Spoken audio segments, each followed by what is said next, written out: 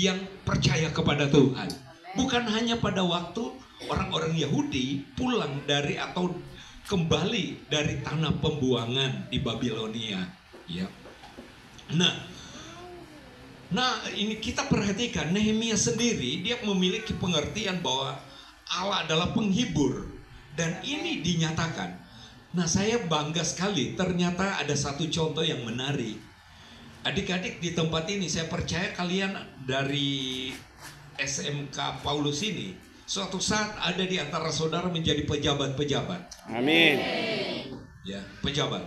Saya pernah berkhotbah di Universitas Ahmad Yani pada waktu satu acara Paskah kalau tidak salah. Itu mereka mengadakan retreat di Ciwidey sana, ya. Pada waktu itu saya berbicara membawakan firman, dan saya menyampaikan bahwa pada suatu saat anak-anak dari Papua itu banyak sekali, itu anak-anak dari Papua. Anda akan jadi pejabat-pejabat. Ternyata benar, banyak di antara mereka yang menjadi pejabat. Contoh Nehemia ini. Nehemia ini bukan orang sembarangan. Nehemia ini adalah seorang pejabat. Kalau mau disebut sekarang, mungkin dia adalah seorang bupati. Dia adalah kepala pemerintahan. Dan di tengah-tengah ketika mereka kembali dari pembuangan itu Nehemia yang memimpin untuk membangun kembali, ya. Nehemia dan imam yang namanya Ezra. Nah, pada suatu kali ketika mereka sedang membangun, datanglah satu hari yang besar, hari raya besar pada umat atau bangsa Israel pada waktu itu.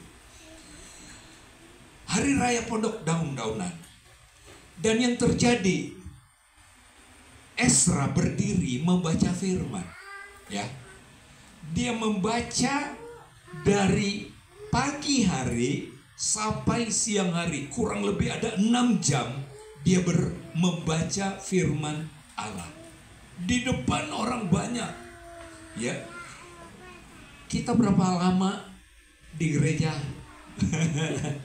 Ayo ibu-ibu, bapak-bapak, ya, anak-anak, kita kalau di gereja berapa jam sih firman Allah? Paling banyak 1 jam mungkin, ya. Itu pun kalau 1 jam waktu 30 menit masih bisa diam. Lebih 5 menit Udah mulai. pinggul sebelah kiri diangkat atau sebelah kanan mulai gini. Apalagi sekarang handphone di tangan kita. Saya banyak menyaksikan di luar sana, bukan di sini. Baru 20 menit sudah buka IG. Iya kan? Ada ya? Betul nggak? Jujur. Yang pernah? Saya pernah. Jo, nak malu-malu, apa-apa. Setengah jam. Setelah setengah jam, oh tuh ada. Setelah 40 menit, ada nggak? Ada? Ada banyak. Cuma di sana, di sini sebelum 40 menit. Ya, oke. Tetapi 6 jam loh mereka berbicara tentang firman. Yang terjadi, orang Israel waktu membaca, mendengar firman apa? Mereka sedih. Mereka sedih. Mereka mau menangis. Karena mereka sangat menikmati firman itu. Karena sekian puluh tahun tidak mendengar firman Tuhan. Tetapi ketika firman itu dibacakan, mereka mulai mengerti tentang firman itu. Dan mereka mendengar tentang janji-janji firman Allah. Dan itu yang membuat mereka bersedih, membuat mereka menangis. Jadi menangis bukan karena tidak punya pakaian baru, tidak punya sepatu baru, tidak punya dasi baru. Salah ya. Tidak punya uang, ya. Jauh dari mama, jauh dari papa, jauh dari kampung halaman. Nangis luar biasa. Wah, itu cengeng. Ya, di sini tidak ada. Siswi ada? Ada. Siswa ada? Yang baru pertama kali. Coba siapa yang baru pertama kali ikut Natalan di sini? Yang Natal di daerah Jawa Barat. 1, 2, 3, 4, 5, 6, 7, ada 100. Luar biasa. Jadi kalau dibilang selamat, Anda sedang menikmati kesepian, enggak ya? Tetapi itu bukan jadi ukuran kan? Bangsa Israel ini ketika mereka kumpul di tanah lapang seperti kita di sini, di tanah lapang, ya, tapi ada tempat berteduh kita. Mereka ada di depan pintu air. Kalau kita baca dalam air dan di gerbang air itu, mereka mendengar firman dan menangis semuanya. Lah, waktu dilihat itu bahwa kesedihan yang luar biasa karena rindu firman Allah. Dan saat itu firman Allah itu betul-betul memuaskan hati mereka. Ternyata ketika orang dipuaskan hati mereka dengan makanan rohani, dengan sukacita, sukacita itu bisa membawa mereka bersedih. Kenapa? Karena firman Allah itu yang mengubah mereka. Ya, harusnya ada sukacita. Kenapa? Karena firman Allah ini luar biasa. Tetapi mereka menyikapi dengan kesedihan. Kesedihannya bukan karena tidak punya apa-apa, karena mereka periksa diri mereka bahwa firman Allah ini menjadikan mereka menjadi lebih baik lagi, menjadikan mereka lebih dewasa lagi, menjadikan mereka lebih ingat akan janji Tuhan.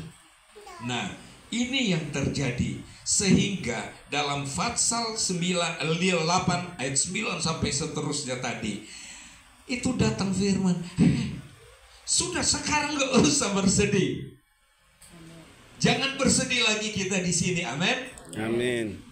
Hari ini katanya dalam Alkitab kita baca tadi, ini hari yang kudus, hari yang diberkati Tuhan. Karena itu makanlah sedap-sedapan. Ya, ibu tadi lama datang, katanya lagi masak sedap-sedapan. Kebagian gak bu kita? Nanti pokoknya kalau pulang di minimal di rumah ada tahu tempe itu udah sedap itu. Ya, karena apa? Sukacita. Jadi udah jangan bersedih. Pergi, kalau kita lihat ya, artinya di sini minumlah manis. Kirimlah sebagian kepada mereka yang tidak sedia apa-apa. Ternyata ada yang gak punya apa-apa. Ya, sampai hari ini juga masih banyak yang gak punya apa-apa. Dan ini yang saya doakan, Tuhan, kalau saya diberkati, saya ingin membagi kepada mereka yang tidak punya apa-apa. Kita juga nanti, anak-anak, Anda suatu saat akan berhasil. Ya, jangan hidup diberkati kemudian hanya untuk dirimu sendiri. Tetapi berkat itu untuk juga Tuhan kasih untuk orang yang tidak punya apa-apa. Amin. Amin. Amin. Amin. Di sini ada sambal terasi enak. Di situ mungkin nggak punya sambal, kasih aja sambal, itu udah seneng banget mereka. Rebus daun singkong, rebus daun pepaya, cocol dengan sambal, dia akan bersyukur kan? Puji Tuhan, ini ada orang kasih sambal sama saya, dia bisa makan penuh sukacita hanya karena sambal. Artinya hal yang sederhana bagi kita. Kita saling membagi, amin. Kita dapat berkat. Nah, ini yang saya ingin bawakan, kita kaitkan dengan peristiwa Natal pada hari ini yang kita rayakan. Jadi orang Israel pada zaman Nehemia itu dibilang bersukacita. Bersukacita. Udah jangan sedih. Karena ternyata sukacita dari Tuhan itu akan menjadi kekuatan bagi kita. Sukacita dari Tuhan itu akan menjadi penghiburan bagi kita semua. Kalau saya nonton film Dono, contoh. Kalau saya nonton Sule gitu ya. Kalau saya nonton yang acara-acara di TV yang membuat kita ketawa terbahak-bahak, apa contohnya apa? Ada yang tahu? Stand up comedy. Stand up comedy. Apalagi? Apa? OPJ. Wow, itu bisa ketawa. Itu bisa kita ketawa, bisa senang pada saat itu. Tapi kesenangan itu hanya sebatas di telinga saja. Dia tidak bisa masuk dalam jiwa kita, hati kita. Tetapi firman yang menjadi makanan rohani, yang adalah di dalamnya banyak janji. Hai kamu, janji firman Tuhan untuk kita hari ini apa? Kalau kita imani, kita dengar, itu akan menjadi sukacita bagi kita. Amin. Ya. Nah, perhatikan hubungan dengan Natal pada hari ini. Jadi kalau kita lihat peristiwa Nehemia dengan Natal, itu kaitannya besar sekali. Waktu Natal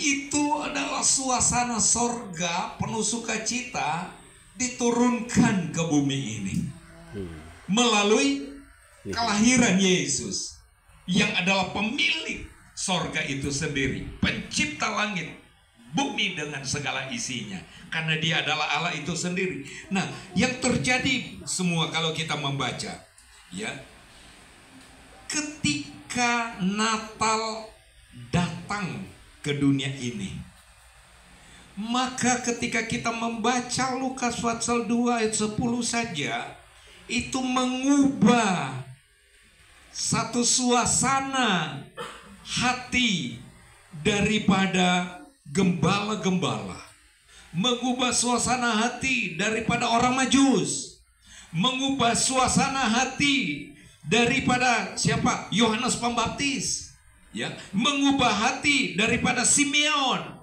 Itu kita bisa lihat. Mari kita perhatikan. Saya hanya sampaikan beberapa ayat dan mungkin saudara bisa tahu. Waktu malaikat Tuhan menyampaikan berita sukacita, yang pertama, malaikat Tuhan itu semua bersukacita.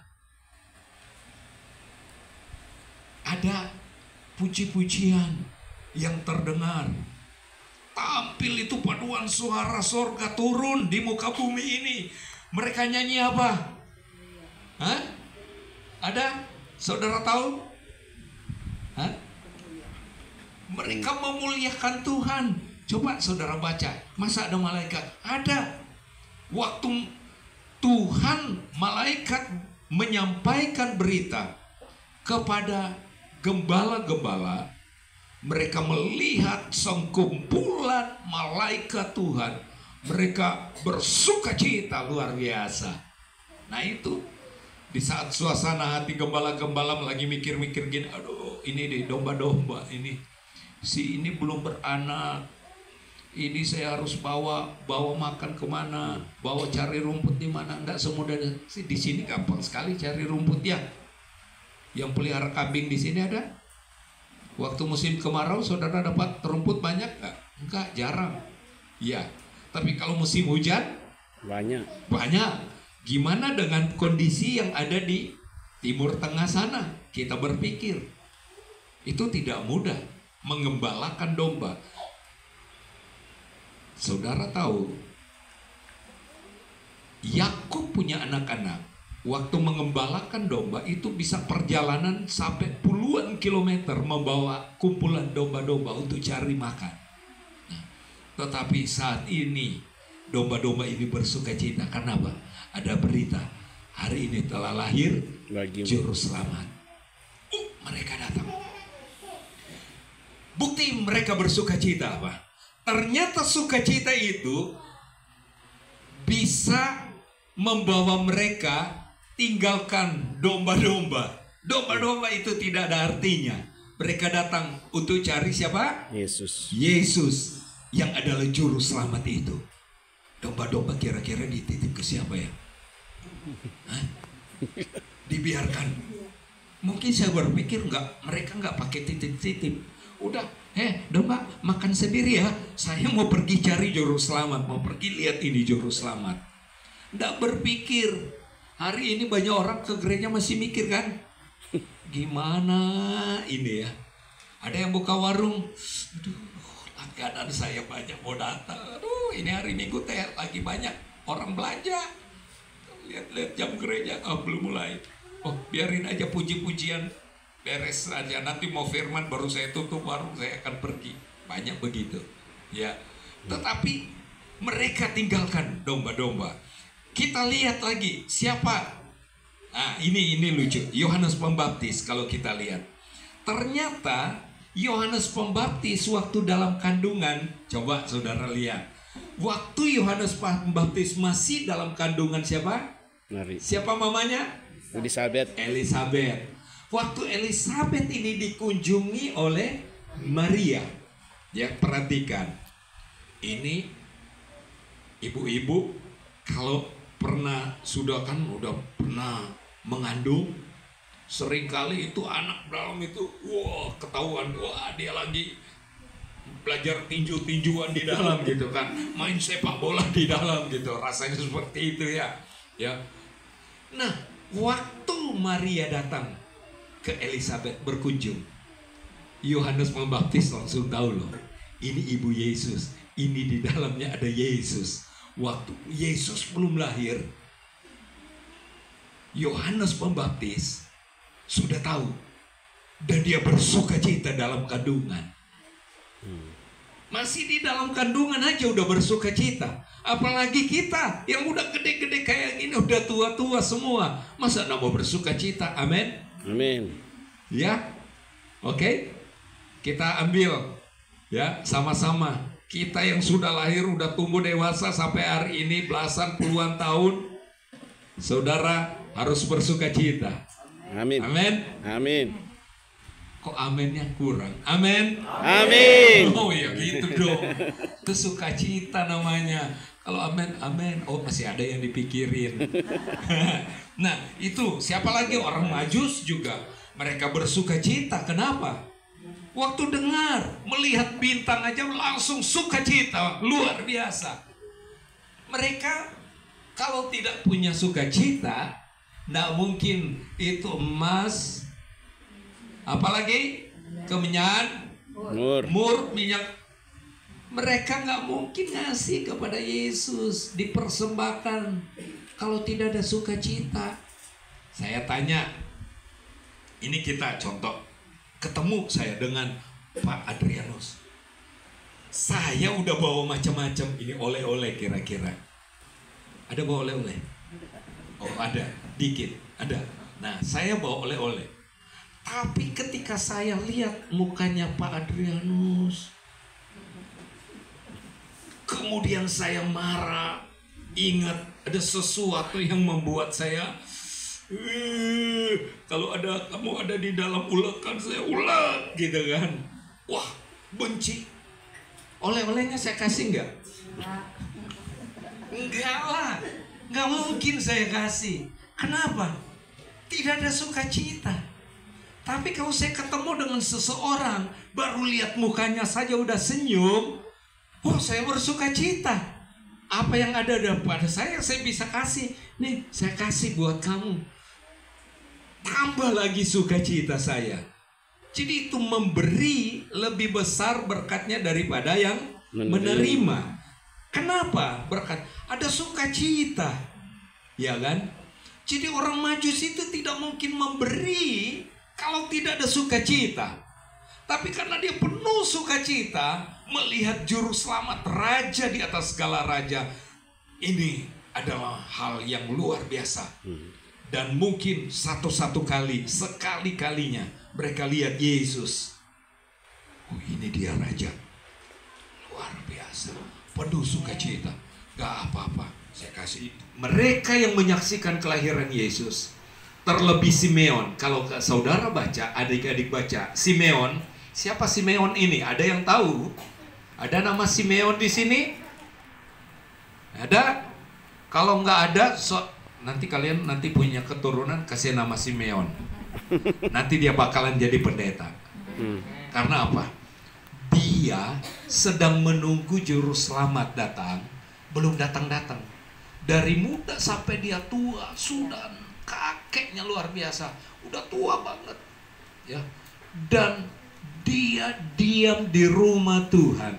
Ternyata waktu Tuhan Yesus dibawa untuk diserahkan, ya, dibawa ke bait Allah. Siapa yang peluk? Simeon. Simeon. Waktu dia memeluk Yesus ini, dia berani gantikan, Tuhan, saat ini juga saya mati nggak apa-apa. Angkat nyawa saya hari ini juga, saya tidak apa-apa. Kenapa? Saya suka cita luar biasa. Kenapa? Karena Tuhan, saya Yesus Juru Selamat itu yang saya sedang tunggu janjinya telah terjadi, telah digenapi. Ternyata kalau sudah digenapi janji Tuhan, itu mereka akan bersuka cita. Sama dengan yang di Nehemia tadi. Tuhan berjanji, aku akan kembalikan mereka dari pembuangan, dan mereka bersuka cita. Saudara, ada janji Tuhan yang belum digenapi, jangan sedih. Pasti ada waktunya Tuhan. Amin. Oh Tuhan, jangan masih muda sudah berkat Tuhan. Kenapa Tuhan janjikan saya pacar, belum dapat pacar? Aduh, saya udah usia 16 tahun belum punya pacar. Nanti mereka berkata, kok kamu jomblo terus? Gitu kan? Ada yang gitu? Enggak lah, itu bukan janji Tuhan. Janji Tuhan nanti itu yang terbaik pada waktunya, pada saatnya. Amin. Kalau saudara punya banyak pergumulan, ibu-ibu juga di sini, banyak kali kita kan hadapi pergumulan, ya. Tuhan, ini apalagi udah awal bulan, ya. Bayar listrik, aduh, lihat duit belum cukup. Bayar anak sekolah, bayar untuk macam-macam belum. Tetapi kita hidup dari hari ke hari, Tuhan pasti akan adakan semuanya. Sekalipun belum hari itu, hari ini, tetapi besok imani janji Tuhan, maka ada sukacita. Nah, ini kan SMK Paulus. Jadi kita lihat apa yang Paulus katakan untuk kita yang hidup hari ini. Mari kita akan lihat. Kita buka dalam Filipi pasal 4. Oke. Ayatnya yang keempat. Sudah hafal ayat ini? Filipi 4 ayat 4. Ayat ini berkata yang kuat. 2, 3. Bersukacitalah senantiasa dalam Tuhan. Kali lagi ku katakan, bersukacitalah. Berapa kali sukacita dikatakan? Ditekankan, bersukacitalah senantiasa dalam Tuhan. Sekali lagi ku katakan, bersukacitalah. Ini nggak main-main. Siapa yang sampaikan itu? Paulus sampaikan untuk SMK Paulus hari ini. Ya, Paulus ini orang pintar, ya, dan dia menulis firman Allah yang diwahyukan dalam hidup dia untuk mereka, untuk SMK Paulus hari ini. Bersukacita senantiasa. Kalau cuma sampai situ, kayaknya coba bersukacitalah senantiasa. Tetapi ini dia ulang lagi dengan penegasan yang luar biasa. Sekali lagi ku katakan, bersukacitalah. Kenapa? Karena apa? Jemaat di Filipi ini mengerti tentang firman Tuhan. Amin. Mereka mengerti janji-janji Tuhan. Karena itu tidak ada alasan untuk tidak bersukacita. Amin. Hari ini kita bersukacita. 1 Tesalonika 5 ayat 16, ayat terpendek juga salah satu apa namanya? Bersukacitalah senantiasa. Ini yang biru-biru ini luar biasa, ya. Kalau hendak mau bersukacita, itu nampak mukanya muka apa ya? Papaya. Katanya papaya. Betul. Udah makan papaya? Tapi kalau muka yang bersukacita, wajahnya apa? Ceria. Kayak apa? Jeruk. Ya, oke.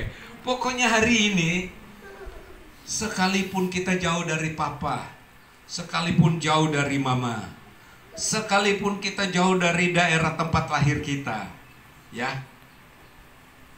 saya mau bersukacita karena saya katakan, saya mengerti firman Tuhan, bahwa Tuhan punya janji. Salah satu janji Tuhan untuk adik-adik semua, masa depanmu penuh harapan. Amin. Ya. Waktu saya tinggalkan Sulawesi Utara, saya sekolah Alkitab, mama saya menulis suatu surat, dan surat itu sampai sekarang masih ada. Nama saya Niki.